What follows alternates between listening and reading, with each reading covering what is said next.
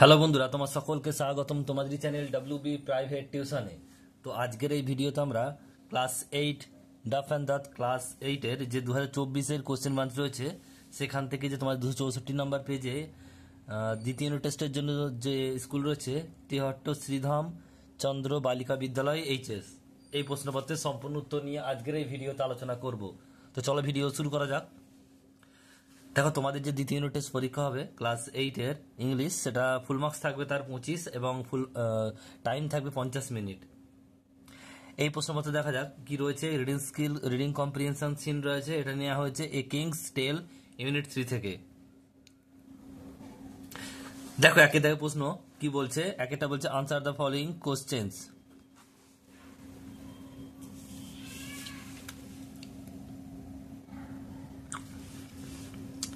Describe the pavilion where the বলছে round table ওয়াজ place, বলছে সেই জায়গাটা পরিচয় বর্ণনা দাও যেখানে গোল টেবিলটা বসানো আছে।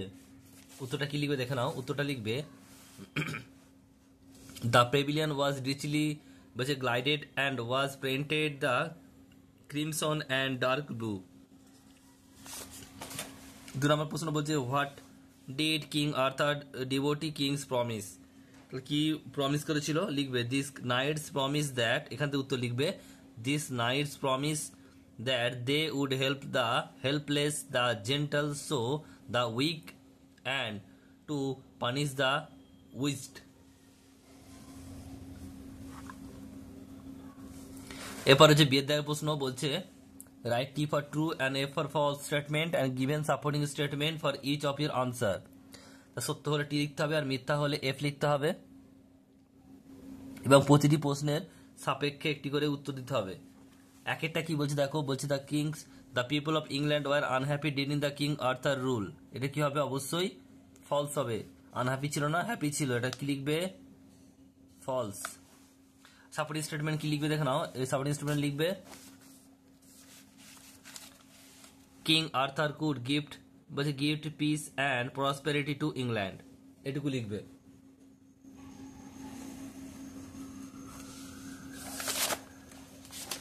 দু নম্বর প্রশ্ন কি বলছে দেখো, দুইটা বলছে Merlin to kings Arthur to glided pavilion on his birthday, এটা কি হবে অবশ্যই ফলস হবে।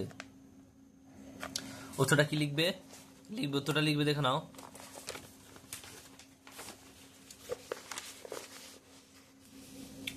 On the wedding day, Marlin took him to a richly glided pavilion painted Christmas and dark blue.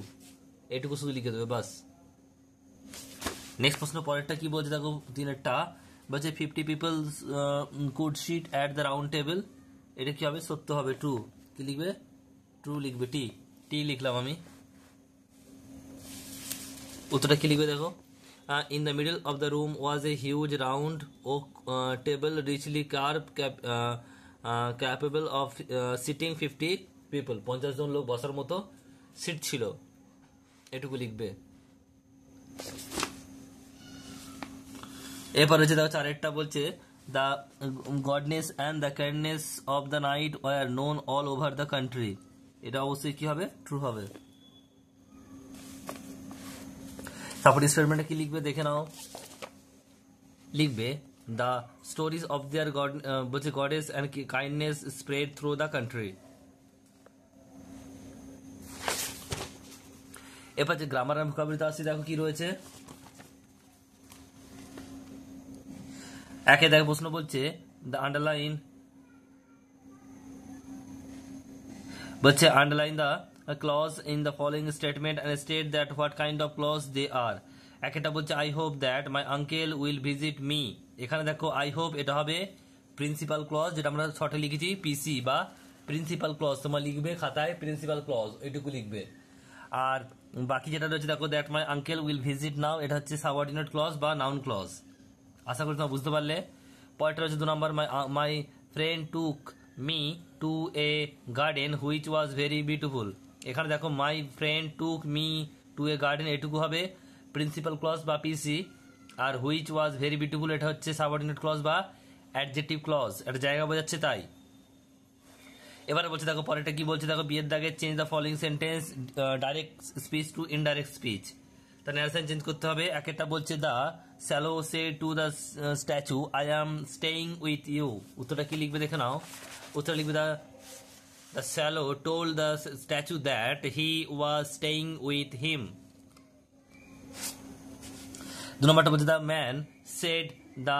Man said to him go away. উত্তরটা কি লিখবে? The man order him to go away. এরপর হচ্ছে দেখো C এর দেখো প্রশ্ন। C এর দেখো বলছে in the following sentence identify and underline the phrase. একটা the wind blow with great speed. তাহলে কি বলছে এটা? বাতাস বইছে খুব জোরালো। তাহলে এখানে দেখো উইথ গ্রেট স্পিড, এটা হবে কি? এটা হচ্ছে ফ্রেজ। এখানে কিন্তু কোন ফ্রেজ বলতে পারেনি, তাই আমি তবুও তোমাদের এটা বলে দিচ্ছি, তোমরা জেনে নাও। তো এটা হচ্ছে অ্যাডভার্ব ফ্রেজ। তারপর রয়েছে দেখো দুইয়ের প্রশ্ন কি বলছে? বলছে she is a lady of great patience. তাহলে এটা কি হবে? এখানে অফ গ্রেট পেশেন্স, এটা হচ্ছে অ্যাডজেক্টিভ ফ্রেজ।